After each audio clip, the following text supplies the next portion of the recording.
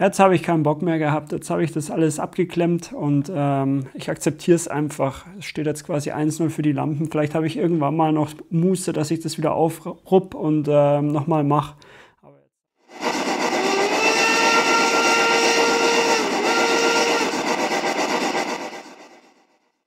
Grüßt euch und herzlich willkommen zum 24. Teil zum Bau meiner Spulanlage. Ja, der Sommer gönnt sich gerade mal wieder ein Päuschen.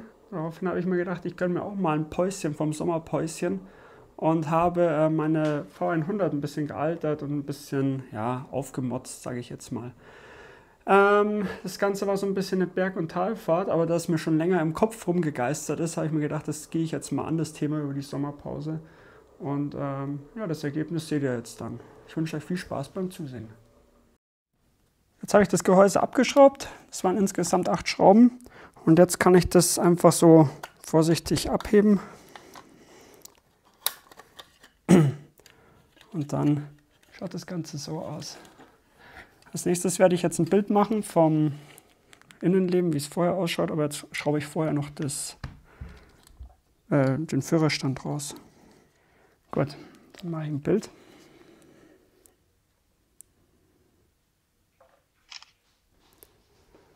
Und dann geht es weiter. Jetzt schraube ich als nächstes den Decoder raus und den Lautsprecher. So. Legen wir mal zur Seite. Das ist von der Kupplung. Und dann den Decoder.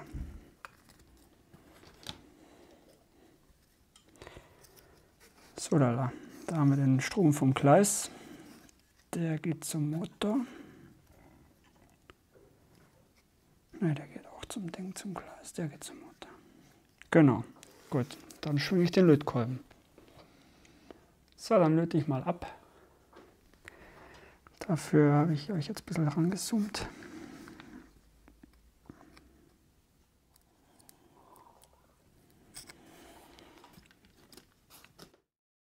So, jetzt habe ich mal den ganzen Kabelsalat so ein bisschen auseinandergedröselt. Ich habe hier noch, also hier habe ich Motor. Die zwei und die zwei hier gehen zu den Rädern, für quasi zum Gleis, Stromabnahme. Hier den Kondensator, das Kabel werde ich komplett austauschen, eine andere Farbe reinmachen. Und dann den Kondensator kann ich mir wegspannen, das habe ich hier schon mal weggeschraubt. Und da habe ich jetzt getestet, wie ich mit einer kleinen 3 Volt, hier Lithium, so eine Flachbatterie, wie ich das anschließen muss, dass das funktioniert. Und genau, das tut es auch. Ich weiß nicht, ob man das jetzt in der Kamera sieht, aber das eine ist halt rot.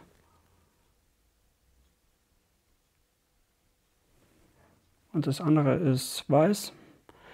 Das muss ich dann dementsprechend anschließen. Genau, und da werde ich jetzt aber auch die Kabel ändern, die Kabelfarbe. Und weil ich die sowieso verlängern muss, weil das hier zu kurz ist. Und das mache ich jetzt als nächstes. Und jetzt bereite ich mal die ganzen Kabel soweit vor. So, die Lampen habe ich jetzt schon umgebaut. Und beziehungsweise die Kabel umgelötet. Und jetzt mache ich hier noch die Motorkabel hin. Warum nehme ich da jetzt so wilde Farben? Weil ich einfach keine anderen habe. Das war jetzt nicht besonders gut vorverzinnt, aber ich habe das Kabel schon gut vorverzinnt. Wird hier schon gelötet. So, wenn das fest ist, gibt es noch einen Schrumpfschlauch drauf, dass das hier ein bisschen geschützt ist. So, ein bisschen anschmoren. Gut, fertig. Jetzt habe ich alle Kabel soweit vorbereitet. Und ja, jetzt geht's an den Einbau langsam. Ach nee, jetzt muss ich die zwei noch hier verbinden jeweils. Genau, das mache ich jetzt noch.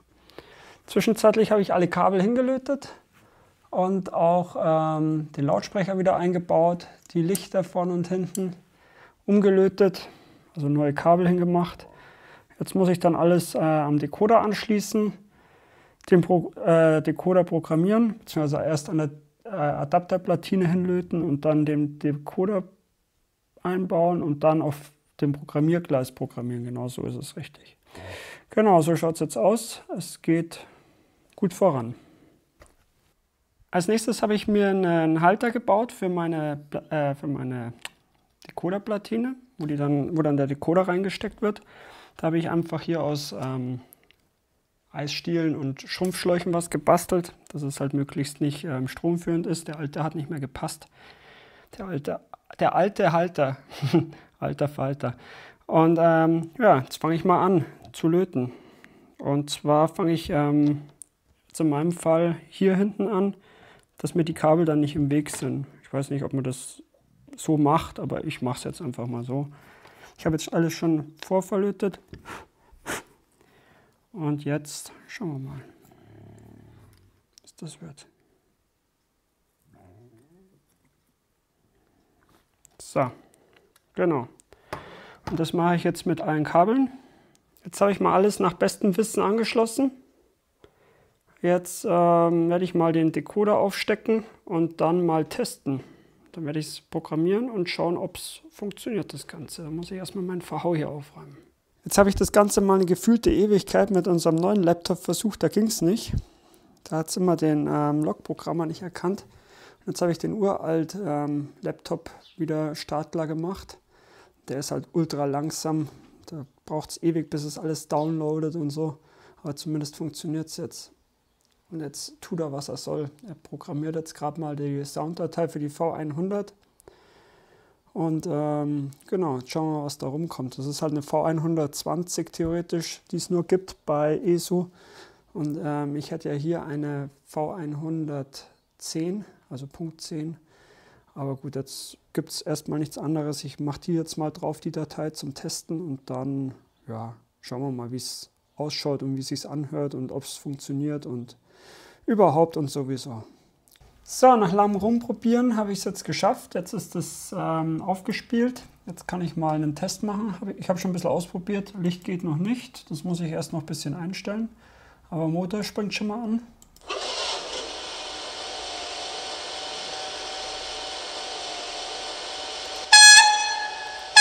Hupe geht auch.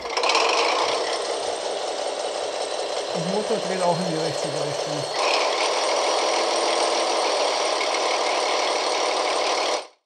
Genau, jetzt muss ich das noch ein bisschen feinjustieren alles. Und ja, dann können wir es wieder zusammenbauen. So schaut es jetzt erstmal aus.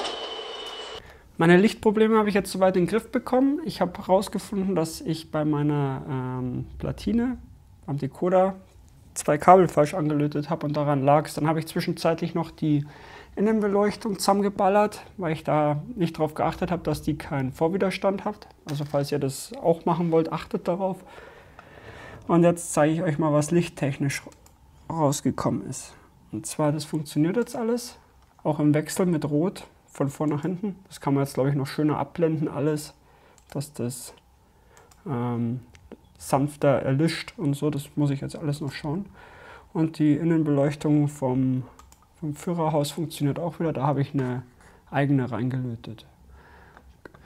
So ist der aktuelle Stand. Jetzt werde ich mich mit dem Soundprogramm noch ein bisschen beschäftigen und schauen, was da noch geht. Und dann werde ich den Innenraum gestalten, noch gleich, wenn ich die schon offen habe von dem Führerhaus. Jetzt habe ich mal die ganzen Teile aus dem Führerstand mit einem Primer grundiert. Und jetzt werde ich das schön anmalen. Ich habe mir da schon so Vorbilder angeschaut. Ich hoffe, dass ich es einigermaßen zumindest treffe. Nebenbei habe ich noch so Lämpchen gebaut für hier mit so einem Auftrags- oder Fahrberichts- oder was auch immer, Brettel. Die habe ich beleuchtet. Die werde ich dann noch einbauen, weil ich habe hier noch ein paar Plätze frei. AUX. Da werde ich die dann anschließen und dann so machen, dass das während der Fahrt immer mal angeht oder ja, muss ich mal schauen, ob ich das hinkriege, aber es sollte eigentlich möglich sein. Genau, und jetzt werde ich mal lospinseln. Zwischenzeitlich habe ich alles so gemacht, wie ich mir das vorgestellt habe. Ich habe das Cockpit so ein bisschen gealtert. Ich habe diese 2 Fahrtenheft oder weiß ich nicht, was da Lokführer halt reinmachen, Halter hingemacht. Hatte das alles angeschlossen, es hat alles einwandfrei funktioniert. Und Naja, und dann habe ich was entdeckt, das quasi, da war es dunkel und dann habe ich gesehen, dass diese kleinen LEDs so nachleuchten, beziehungsweise so immer leicht hell sind. Und dann habe ich mir gedacht, ja okay, dann schließe ich es mal andersrum an, habe ein bisschen rumexperimentiert und jetzt geht gar nichts mehr. Ich habe irgendwie jetzt einen kurzen oder ich hoffe, dass ich bloß auf die Adapterplatine, also das untere, wo der Decoder eingesteckt wird, eine Brücke gelötet habe oder irgendwie, weiß ich nicht, irgendwas verschmort habe. Das wäre das geringste Übel. Auf jeden Fall wird jetzt der Decoder, wenn ich ihn anschließe und in Betrieb nehme, hier heiß an der Stelle. Also so heiß, dass ich ihn fast nicht mehr anfassen kann. Eigentlich, dass ich nicht mehr hinfingern kann. Ja, gut. Das ist der neueste Stand. Ich habe auf jeden Fall die Befürchtung, dass ich den Decoder eventuell sogar geschossen haben könnte. Jetzt habe ich mit einem Modellbaukollegen telefoniert, den ich dieses Jahr kennengelernt habe. Sei mir an dieser Stelle gegrüßt und ich möchte dir auch an dieser Stelle gleich danken für deine ganze Mühe und Zeit, die du dir genommen hast, um mir zu helfen und mir das zu erklären. Habe ich geschrieben, beziehungsweise habe ich gestern telefoniert und jetzt schicke ich ihm den mal. Der hat so einen Tester, wo er den einstecken kann und testen kann und dann kann er mir Bescheid geben, ob das quasi bloß die Adapterplatine ist oder der Decoder. Genau, und wie sich herausgestellt hat, ist ein Decoder meistens zumindest negativ geschalten. Also quasi normalerweise wird über das rote Kabel ein Schalter eingebaut und hier ist es aber über das schwarze. Jetzt habe ich mal die ganzen die ganzen LEDs alle hier, die ich verbaut habe, auf negativ mit einem Widerstand versehen und ja, ich weiß nicht ob es daran gelegen hat. Ich glaube fast nicht. Wie gesagt, es hat alles soweit funktioniert. Ich hätte nur noch das Häuschen drauf bauen müssen und wäre fertig gewesen. Aber irgendwas habe ich jetzt gemacht. Ich weiß es nicht. Ich halte euch auf jeden Fall darüber auf dem Laufenden, wie es weitergeht. Es gibt Neuigkeiten von der Decoder-Front. Und zwar schaut es jetzt ganz so danach aus, als hätte mein Decoder einen Schirm zugemacht. Ich schicke den jetzt mal noch zu ESO und schaue, ob ich den reparieren lassen kann da. Ich habe jetzt aber hier schon für Ersatz gesorgt. Jetzt werde ich als erstes mal die alte Platine rauslöten, weil ich nicht weiß, ob ich da nicht vielleicht irgendwo was gemacht habe. Und werde eine neue Platine erstmal reinlöten und dann schaue ich mir das Stück für Stück alles an. Ob ich irgendwo einen kurzen habe oder so. Aber ich kann es mir nicht so recht erklären, wo es herkommt. Auf jeden Fall baue ich jetzt mal den neuen ein und dann schauen wir uns das mal nochmal an. Zwischenzeitlich habe ich die Adapterplatine ausgetauscht und den neuen Decoder aufgesteckt. Jetzt habe ich hier mal die Steckplätze noch freigelassen, weil ich jetzt erstmal die Standardeinstellungen wiederherstellen will und dann peu à peu die Kabel anschließe oder zumindest mal hinhalte, ob es irgendwie daran lag, was ich jetzt nicht glaube. So, ihr hört es funktioniert wieder alles soweit. Jetzt kann ich auch meine Beleuchtung schalten. Die kleinen Birndeln hier vorne am Pult haben mir ein Gar ausgemacht. Die wechseln natürlich mit der Fahrtrichtung und die schalten sich zufällig mal bei der Fahrt ein und aus. Das habe ich alles eingestellt und wie gesagt, es funktioniert. Bevor ich jetzt die Gehäuse wieder drauf mache, mache ich die noch ein bisschen sauber mit Alkohol, dass ich quasi für meine Alterung keine Fetttapper drauf habe. Dann kommen die Gehäuse drauf und dann werde ich das Ganze altern. Hier habe ich noch 2 Pflüge bestellt, dass ich hart über die Anlage pflügen kann damit. Und die kommen dann hier unter die Pufferbohle rein. Das muss ich aber erst alles noch grundieren und primen mit schwarzem Primer und dann geht's los. Das Häuschen habe ich jetzt wieder draufgesetzt, beziehungsweise die Karosserie. Jetzt schaut sie noch mehr aus wie eine V80. Habe alles mit Alkohol schon sauber gemacht, habe hier schon die Teile weggemacht. Und die Flügel habe ich reingeklemmt. Das ging ein bisschen schwer, aber es passt gut rein. Gestern habe ich das noch grundiert mit einem Primer. Jetzt ist es schön schwarz alles. Jetzt habe ich mir überlegt, ich gebe dem Ganzen so ein paar Ringe. Und da habe ich mir jetzt hier einfach so eine Ding genommen, so eine Zwinge und dann spanne ich das ein. Setze den Stift, den Pinsel vorsichtig an und drehe einmal rum.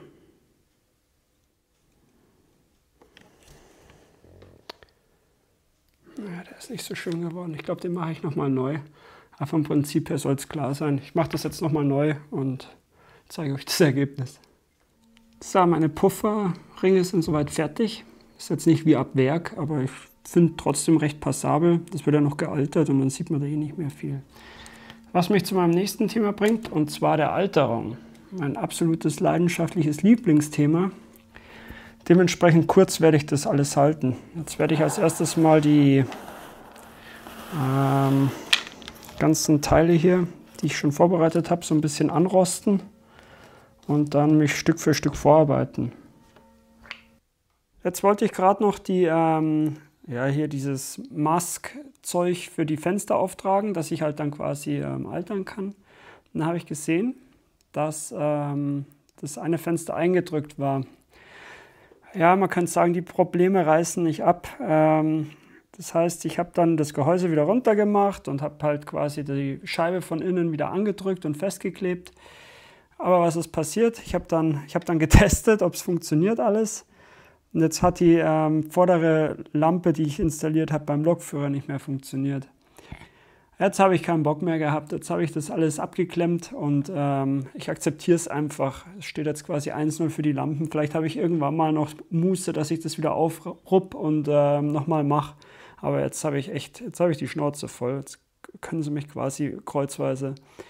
Jetzt geht es weiter mit der Alterung und ja, genau.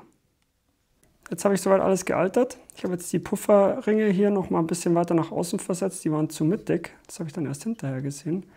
Aber ansonsten bin ich jetzt soweit eigentlich zufrieden. Für meine erste Alterung, denke ich, kann sich es einigermaßen sehen lassen. Jetzt muss ich dann noch die Anbauteile wieder an die Lok hinmontieren. Und dann wird sich quasi zeigen, wie das Gesamtbild ausschaut.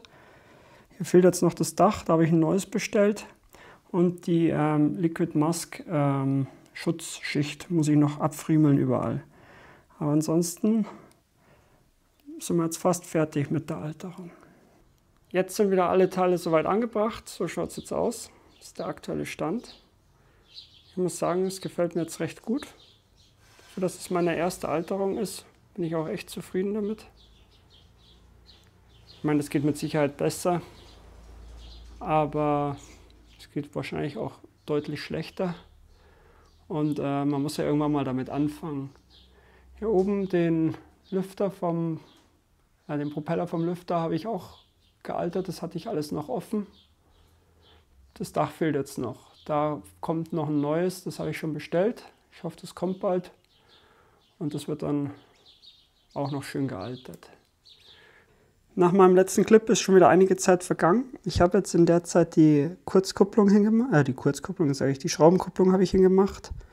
Da sei noch dazu gesagt, dass das eine andere Aufnahme ist. Ich wollte eigentlich die Lenzkupplung 1:1 einbauen. Aber aus welchen Gründen auch immer ist der Kupplungskopf von der V100 wesentlich kleiner gewesen als der. Ich habe das dann mit einer Feile ein bisschen angepasst. Jetzt muss ich schauen, ob das im Betrieb auch standhält oder ob es mir die rausruppt, aber ich hoffe nicht. Die ging recht straff rein. Nur, dass ihr das wisst, falls ihr da auch mal irgendwie tätig werden wollt. Gut, das Dach ist jetzt das alte, ungealterte noch. Da warte ich nach wie vor. Das kann sich aber noch hinziehen, deswegen habe ich mir gedacht, ich möchte das Projekt jetzt für mich erstmal abschließen. Das ist ja dann schnell mal nachgetragen. Genau, und jetzt geht es gleich direkt. Achso, ja genau, der ESO-Decoder, den habe ich jetzt wieder, der wurde repariert bzw. ersetzt und das passt jetzt auch wieder. Also ich werde dann die nächste Lok in Angriff nehmen können. Genau, und die Lok ist jetzt hier schon richtig platziert für den Vorher-Nachher-Vergleich. Und zwar habe ich hier ja meine Funktionen. Die hat nicht viele, aber ein paar hat sie auch. Das ist der Motor. Dann die Hupe.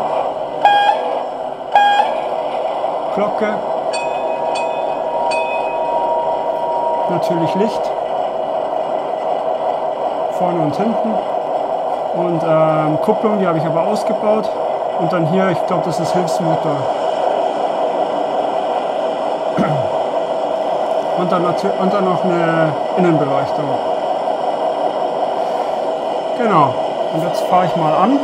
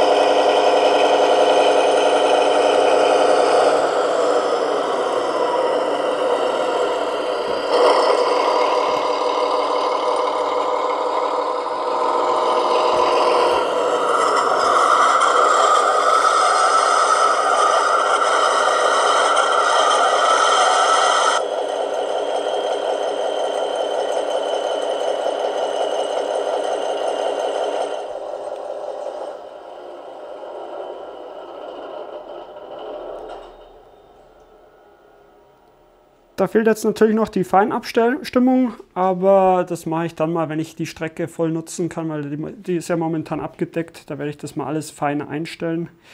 Das soll es dann für heute gewesen sein. Ich hoffe, euch hat das Video gefallen. Bis zum nächsten Mal.